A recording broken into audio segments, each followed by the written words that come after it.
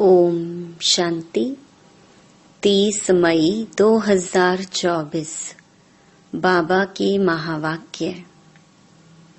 मीठे बच्चे, तुम्हें पहला पहला निश्चय चाहिए कि हमको पढ़ाने वाला स्वयं शांति का सागर, सुख का सागर बाप है। कोई मनुष्य किसी को सुख शांति नहीं दे सकता। प्रश्न, सबसे ऊंची मंजिल कौन सी है? उस मंजिल को पाने का पुरुषार्थ क्या है? उत्तर, एक बाप की याद पक्की हो जाए, बुद्धि और कोई की तरफ ना जाए, यह ऊंची मंजिल है। इसके लिए आत्म अभिमानी बनने का पुरुषार्थ करना पड़े। जब तुम आत्म अभिमानी बन जाएंगे तो सब विकारी ख्यालात खत्म हो जाएंगे, बुद्धि का भटकना बंद हो जाएगा, देह के तरफ बिल्कुल दृष्टि ना जाए, यह मंजिल है। इसके लिए आत्म अभिमानी भव। ओम शांति। रूहानी बच्चों प्रति रूहानी बाप बैठ समझाते हैं। इनको ब्रह्मा बाबा को रूहानी बाप नहीं कहेंगे। आज के दिन को सतगुरुवार कहते हैं। गुरुवार कहना भूल है, सतगुरुवार। गुरु लोग तो बहुत ढेर हैं, सतगुरु एक ही है। बहुत हैं जो अपने को गुरु भी कहते हैं, सतगुरु भी कहते हैं। अभी तुम बच्चे समझते हो गुरु और सतगुरु में तो फर्क है। सत अर्थात ट्रुथ, सत्य एक ही निराकार बाप को कहा जाता है, न कि मनुष्य को। सच्चा ज्ञान तो एक ही बार ज्ञान सागर बाप आकर देते हैं। मनुष्य को कभी सच्चा ज्ञान दे नहीं सकते। सच्चा है ही एक निराकार बाप। इनका नाम तो ब्रह्मा है। यह किसी को ज्ञान दे न सके। ब्रह्मा में ज्ञान कुछ भी था नहीं। अभी भी कहेंगे इनमें सारा ज्ञान तो है नहीं। संपूर्ण ज्ञान तो ज्ञान सागर परम पिता परमात्मा में ही है। अभी ऐसा कोई मनुष्य नहीं है जो अपने को सतगुरु कहला सके। सतगुरु माना संपूर्ण सत्य। तुम जब सत बन जाएंगे तो फिर यह शरीर नहीं रहेगा। मनुष्य को कभी सतगुरु कह नहीं सकते। मनुष्यों में तो पाई की भी ताकत नहीं है। यह खुद कहते हैं, मैं भी तुम्हारे जैसा मनुष्य हूँ। इसमें ताकत की बात उठ नहीं सकती। यह तो बाप पढ़ाते हैं, ना कि ब्रह्मा। यह ब्रह्मा भी उनसे पढ़कर फिर पढ़ाते हैं। तुम ब्रह्मा कुमार कुमारियां कहलाने वाले भी परमपिता परमात्मा सतगुरु से पढ़ते हो। तुमको उनसे ताकत मिलती है। ताकत का मतलब यह नहीं कि कोई को घूंसा मारो जो गिर पड़े। नहीं, यह है रूहानी ताकत जो रूहानी बाप द्वारा मिलती है। याद के बल से तुम शांति को पाते हो और पढ़ाई से तुमको सुख मिलता है। जैसे और टीचर्स तुमको पढ़ाते हैं वैसे बाप भी पढ़ाते हैं। यह भी पढ़ते हैं, स्टूडेंट हैं। देहधारी जो भी हैं वे सभी स्टूडेंट हैं। बाप को तो देह है नहीं, वह निराकार है, वही आकर पढ़ाते हैं। जैसे और स्टूडेंट पढ़ते हैं वैसे तुम भी पढ़ते हो, इसमें मेहनत की बात नहीं। पढ़ने समय हमेशा ब्रह्मचर्य में रहते हैं।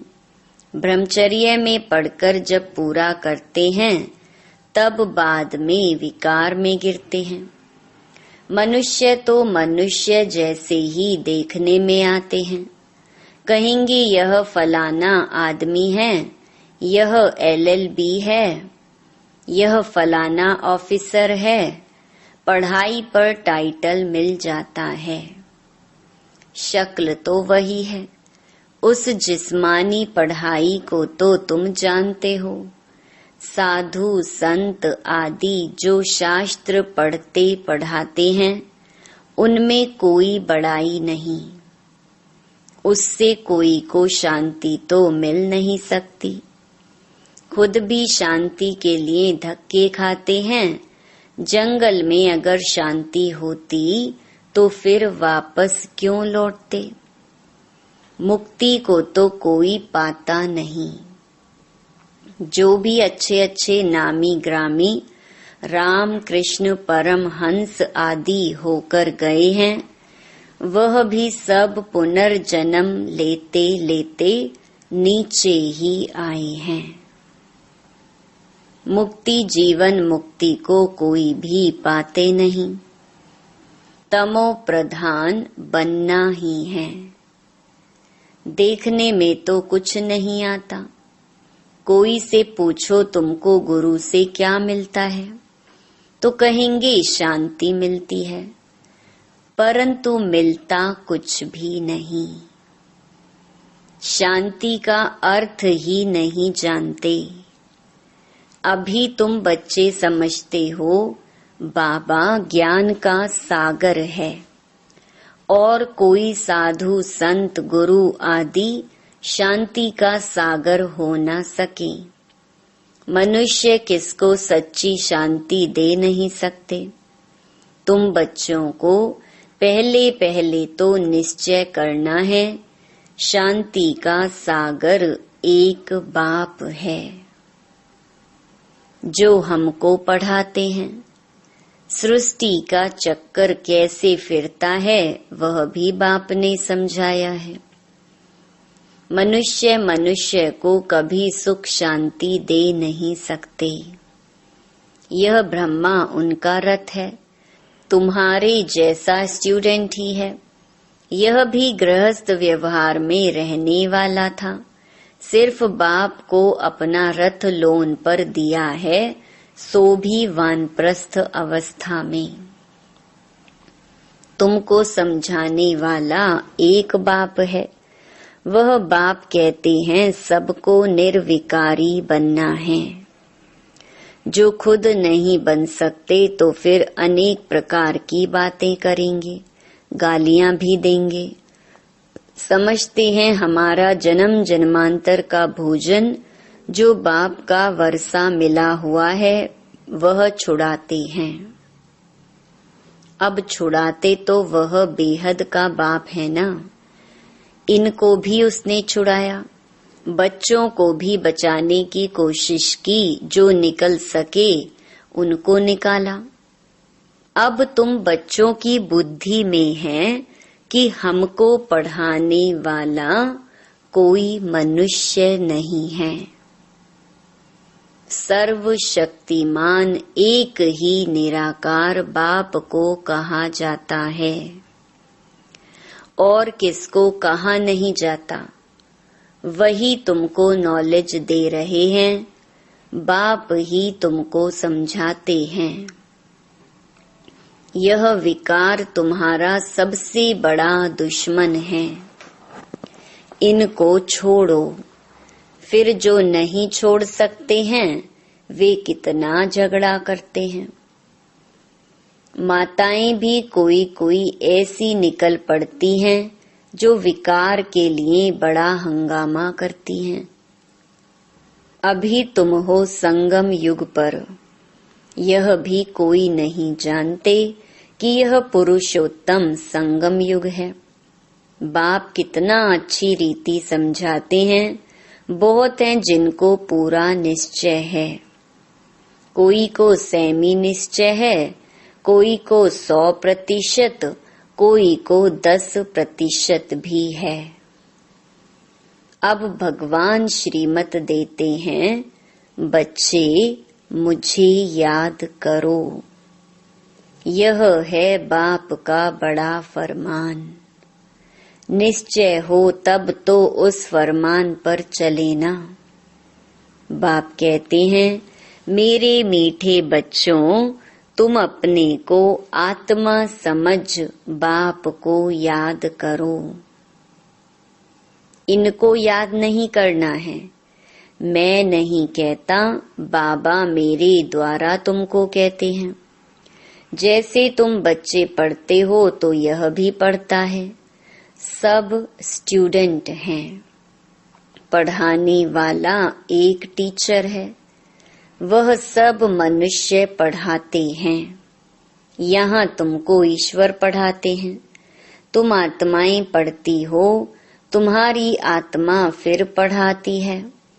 इसमें बहुत आत्म अभिमानी बनना है। बैरिस्टर, इंजीनियर आत्मा ही बनती है।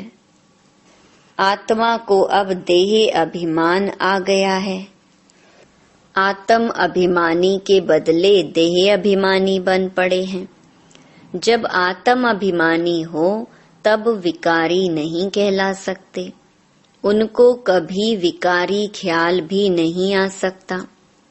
देह अभिमान से ही विकारी ख्याल आते हैं। फिर विकार की ही दृष्टि से देखते हैं।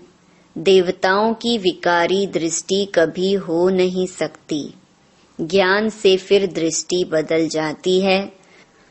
सतयुग में ऐसे थोड़े ही प्यार करेंगे, डांस करेंगे। वहाँ प्यार करेंगे, परंतु विकार की बांस नहीं होगी। जन्म जन्मांतर विकार में गए हैं तो वह नशा बहुत मुश्किल उतरता है। बाप निर्विकारी बनाते हैं तो कई बच्चियां बिल्कुल मजबूत हो जाती हैं। बस हमको तो पूरा निर्विकारी बनना है। हम अकेले थे, अकेले ही जाना है। उनको कोई थोड़ा टच करेगा तो अच्छा नहीं लगेगा। कहेंगे, यह हमको हाथ क्यों लगाते हैं? इनमें विकारी बास है। विकारी हमको टच भी ना करे। इस मंजिल पर पहुंचना है। देह तरफ बिल्कुल दृष्टि ही ना रहे। वह कर्मातीत अवस्था अभी बनानी है। अभी तक ऐसा नहीं है कि सिर्फ आत्मा को ही देखते हैं। मंजिल है। बाप हमेशा कहते रहते हैं, बच्चे अपने को आत्मा समझो। यह शरीर दुम है जिसमें तुम पार्ट बजाते हो। कई कहते हैं इनमें शक्ति है, परंतु शक्ति की कोई बात ही नहीं। यह तो पढ़ाई है। जैसे और भी पढ़ते हैं यह भी पढ़ते हैं। प्योरिटी के लिए कितना माथा मारना पड़ता है। बड़ी मेहनत है। इसलिए बाप कहते हैं, एक दो को आत्मा ही देखो। सतयुग में भी तुम आत्म अभिमानी रहते हो। वहाँ तो रावण राज्य ही नहीं, विकार की बात नहीं। यहाँ रावण राज्य में सब विकारी हैं। इसलिए बाप आकर निर्विकारी बनाते हैं। नहीं बनेंगे तो सजा खानी पड़ेगी। आत्मा पवित्र बनने बिगर ऊपर जा न सके। हिसाब किताब चुकतू करना पड़ता है, फिर भी पद कम हो पड़ता है। यह राजधानी स्थापन हो रही है। बच्चे जानते हैं स्वर्ग में एक आदि सनातन देवी देवताओं का राज्य था। पहले पहले तो जरूर एक राजा रानी होंगे, फिर डायनेस्टी होगी। प्रजा ढेर बनती है, उसमें अवस्थाओं में फर्क पड़ेगा। जिनको पूरा निश्चय नहीं, वह पूरा पढ़ भी न सके, पवित्र बन न सके। आधा कल्प के पतित एक जन्म में 21 जन्मों के लिए पावन बने, मासी का घर है क्या? मुख्य है ही काम की बात। क्रोध आदि का इतना नहीं। कहाँ बुद्धि जाती है तो जरूर बाप को याद नहीं करते हैं। बाप की याद पक्की हो जाएगी तो फिर और कोई की तरफ बुद्धि नहीं जाएगी। बहुत ऊंची मंजिल है। पवित्रता की बात सुनकर आग में जल मरते हैं। कहते हैं यह बात तो कभी कोई ने कही नहीं, कोई शास्त्र में है नहीं। बड़ा मुश्किल समझते हैं। वह तो है ही निवृत्ति मार्ग का धर्म अलग। उनको तो पुनर्जन्म ले फिर भी सन्यास धर्म में ही जाना है। वही संस्कार ले जाते हैं। तुमको तो घर बार छोड़ना नहीं है, समझाया जाता है भल घर में रहो। उन्हों को भी समझाओ, अब है संगम युग। पवित्र बनने बिगर सतयुग में देवता बन नहीं सकेंगे। थोड़ा भी ज्ञान सुनते हैं तो वह प्रजा बनती जाती है। प्रजा तो ढेर होती है ना। सतयुग में वजीर भी नहीं होते, क्योंकि बाप संपूर्ण ज्ञानी बना देते हैं। वजीर आदि चाहिए अज्ञानियों को। इस समय देखो एक दो को मारते कैसे हैं। दुश्मनी का स्वभाव कितना कड़ा है। अभी तुम समझते हो हम यह पुराना शरीर छोड़ जाकर दूसरा लेते हैं। कोई बड़ी बात है क्या? वह दुख से मरते हैं, तुमको सुख से बाप की याद में जाना है। जितना मुझ बाप को याद करेंगे तो और सब भूल जाएंगे, कोई भी याद नहीं रहेगा। परंतु यह अवस्था तब हो जब पक्का निश्चय हो। निश्चय नहीं तो याद भी ठहर नहीं सकती। नाम मात्र सिर्फ कहते हैं, निश्चय ही नहीं तो याद काहे को करेंगे। सबको एक जैसा निश्चय तो नहीं है ना। माया निश्चय से हटा देती है, जैसे के वैसे बन जाते हैं। पहले पहले तो निश्चय चाहिए बाप में। संशय रहेगा क्या कि यह बाप नहीं है। बेहद का बाप ही ज्ञान देते हैं। यह तो कहता है मैं सृष्टि के रचयिता और रचना को नहीं जानता था। मेरे को कोई तो सुनाएगा। मैंने 12 गुरु किए, उन सबको छोड़ना पड़ा। गुरु ने तो ज्ञान दिया नहीं, सतगुरु ने अचानक आकर प्रवेश किया। समझा पता नहीं क्या होना है। गीता में भी है ना, अर्जुन को भी साक्षात्कार कराया। अर्जुन की बात है नहीं, यह तो रथ है ना। यह भी पहले गीता पढ़ता था। बाप ने प्रवेश किया, साक्षात्कार कराया कि यह तो बाप ही ज्ञान देने वाला है, तो उस गीता को छोड़ दिया। बाप है ज्ञान का सागर, हमको तो वही बताएगा ना। गीता है माई बाप, वह बाप ही है जिसको त्वमेव माताश्च पिता कहते हैं। वह रचना रचते एडॉप्ट करते हैं ना। यह ब्रह्मा भी तुम्हारे जैसा है। बाप कहते हैं इनकी भी जब वानप्रस्थ अवस्था होती है तब मैं प्रवेश करता हूँ। कुमारियां तो हैं ही पवित्र, उनके लिए तो सहज है। शादी के बाद कितने संबंध बढ़ जाते हैं, इसलिए देही अभिमानी बनने में मेहनत लगती है। वास्तव में आत्मा शरीर से अलग है, परंतु आधा कल्प देह अभिमानी रहे हैं। बाप आकर अंतिम जन्म में देही अभिमानी बनाते हैं तो मुश्किल भासता है। पुरुषार्थ करते करते कितने थोड़े पास होते हैं। 8 रतन निकलते हैं। अपने से पूछो हमारी लाइन क्लियर है। एक बाप के सिवाय और कुछ याद तो नहीं आता है। यह अवस्था पिछाड़ी में होगी। आत्म अभिमानी बनने में बहुत मेहनत है। अच्छा, मीठे मीठे सिके लधे बच्चों प्रति मात पिता बाप दादा का याद प्यार और गुड मॉर्निंग। रूहानी बाप की रूहानी बच्चों को नमस्ते। धारणा के लिए मुख्य सार। पहला, ज्ञान से अपनी दृष्टि का परिवर्तन करना है। आत्म अभिमानी बन विकारी ख्यालात समाप्त करने हैं। किसी भी विकार की बांस ना रहे, देह तरफ बिल्कुल दृष्टि ना जाए। दूसरा, बेहद का बाप ही हमें पढ़ाते हैं।